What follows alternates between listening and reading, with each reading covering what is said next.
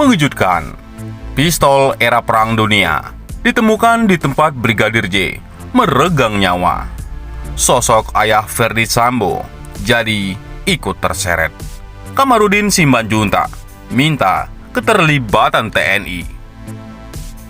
Kasus pembunuhan Brigadir J terus memunculkan berbagai fakta baru. Kini, keluarga Brigadir J masih terus memantau jalannya kasus ini. Namun, Lembaga Perlindungan Saksi Korban atau LPSK diketahui belum memberikan upaya pemulihan trauma ke keluarga Brigadir J karena mereka tidak mengajukan permohonan. Kini, polisi masih terus melakukan penyelidikan mendalam terhadap para tersangka. Rekonstruksi yang dilakukan kelima tersangka masih belum cukup untuk bisa menyelesaikan kasus ini.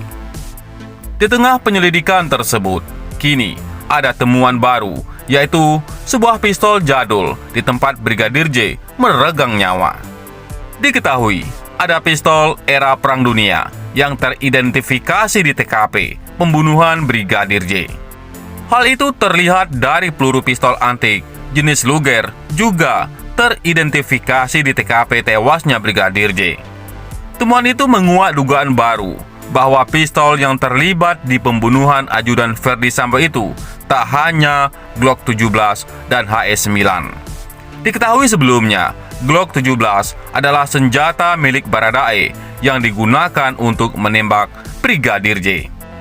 Sedangkan HS-9 adalah milik Brigadir J yang digunakan Ferdi Sambo untuk menembak ke arah dinding agar seolah-olah ada penembakan. Soal siapa pemilik pistol Luger itu, pengacara Brigadir J, Kamarudin Simanjuntak, ikut buka suara. Dia lalu menguak misteri terkait siapa pemilik pistol yang biasa dipakai oleh prajurit Kekaisaran Jerman tersebut. Hal itu disampaikan Kamarudin Simanjuntak saat menjadi narasumber di Sapa Indonesia Pagi Kompas TV. Kamarudin Simanjuntak menilai pistol Luger tersebut mungkin merupakan barang koleksi milik keluarga Ferdi Sambo. Bukan tanpa alasan, mengingat ayah Ferdi Sambo, Peter Sambo, adalah pensiunan Mayor Jenderal Polisi. Jadi, orang-orang yang punya koleksi senjata seperti itu adalah orang yang berlatar belakang bahwa dia sejak dulu sudah menguasai persenjataan, ucap Kamarudin Simanjuntak. Siapa yang sejak dulu sudah menguasai persenjataan, yaitu adalah ayahnya Ferdi Sambo. Ayahnya Ferdi Sambo itu kan pensiun terakhir kan adalah Mayor Jenderal. Jadi, kemungkinan besar dia bisa mengoleksi senjata-senjata kuno era-era 1800 sampai 1990. Maka itu, lanjut Kamarudin Simanjuntak, untuk menuntaskan kerumitan pembunuhan berencana Brigadir J, perlu dilibatkan TNI dan PPATK. Karena bagaimanapun suka atau tidak mendengarnya, bukan saya memuja-muja angkatan atau TNI.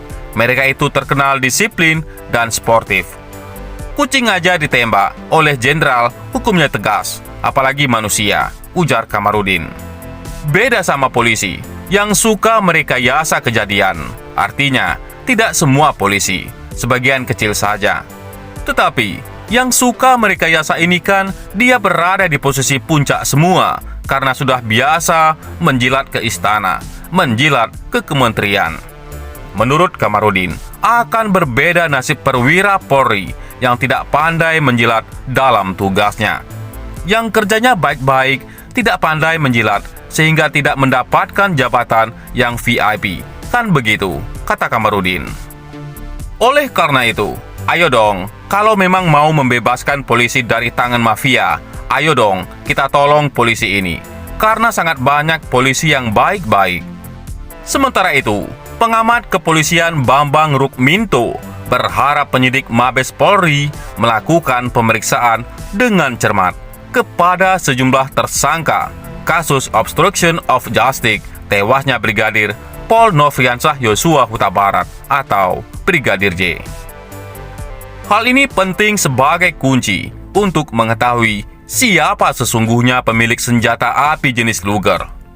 Saksi-saksi bukan hanya dari pelaku yang sudah ditersangkakan, tapi juga para pelaku obstruction of justice ini yang mungkin bisa lebih dikembangkan, ucap Bambang Rukminto. Tanpa itu, kelihatannya akan kesulitan sekali karena CCTV maupun TKP sudah sangat rusak dalam hal ini, imbuhnya. Berbeda dengan Kamarudin Simanjuntak, Bambang Rukminto menyampaikan Luger adalah jenis senjata api produksi lama. Senjata ini bahkan, kata Bambang, nyaris tidak digunakan oleh perwira Polri.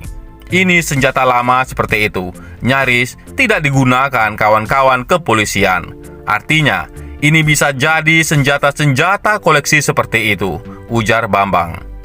Siapa yang memiliki Luger ini sangat penting, karena tidak semua orang bisa memiliki senjata yang antik seperti itu, kecuali orang-orang yang memiliki aset dan memiliki kesenangan tersendiri terkait koleksi senjata, imbuhnya. Sekedar informasi, Luger Pistole Parabellum 1908 adalah pistol semi-otomatis yang menjadi senjata resmi tentara Jerman selama beberapa dekade pada paruh pertama abad ke-20. Sering dikenal pula sebagai Jerman Luger. Luger Parabellum atau cukup disebut Luger dirancang pada tahun 1898 oleh George Luger. Luger banyak dicari sebagai koleksi untuk berbagai alasan. Banyak kolektor menghargai nilai sejarah Luger sebagai senjata api penting selama dua perang dunia. Sedangkan yang lain tertarik dengan desain yang khas dan hasil pengerjaan berkualitas tinggi. Selain itu, perkembangan kasus yang menjerat mantan Kadif Propam Ferdy Sambo masih banyak dinantikan masyarakat Indonesia. Pasalnya, hingga kini, kasus tersebut belum menemui titik terang perihal motif dan siapa saja yang jadi tersangka atas kematian Brigadir J. Namun, tidak sedikit dari publik yang cemas bahwa Ferdy Sambo bisa lolos dari hukuman lantaran Jenderal Bintang 2 ini memiliki pengaruh cukup besar di tubuh kepolisian. Terbaru, ada seorang ustadz yang turut mengomentari kasus Ferdy Sambo. Ustadz ini menyayangkan perlakuan istimewa yang didapat Ferdy Sambo. Diumumkan Jenderal Sambo status tersangka, langsung ditahan di Makobrimob. Nggak taunya nginep di Hotel Aston, kata ustadz tersebut. Bukan ditahan di Makobrimob, kan ini sandiwara, rakyat dibohongi, tambahnya. Kemudian, ustadz ini membongkar bahwa Ferdy Sambo telah memiliki rencana dan peranan di pemilu tahun 2024 mendatang. Jenderal Ferdy Sambo ini, ya Allah, ternyata punya target 2024, dia harus meloloskan calon presiden oligarki, bebernya. Selain itu, ustadz ini menuturkan kalau Ferdy Sambo juga telah disiapkan untuk menjadi suksesor Listya Sigit Prabowo. Dan Sambo harus dijadikan Kapolri, tandasnya. Pernyataan ustadz yang belum diketahui identitasnya itu pun langsung diserbu dengan beragam tanggapan dari warganet. Jadi apa Indonesia kalau begini?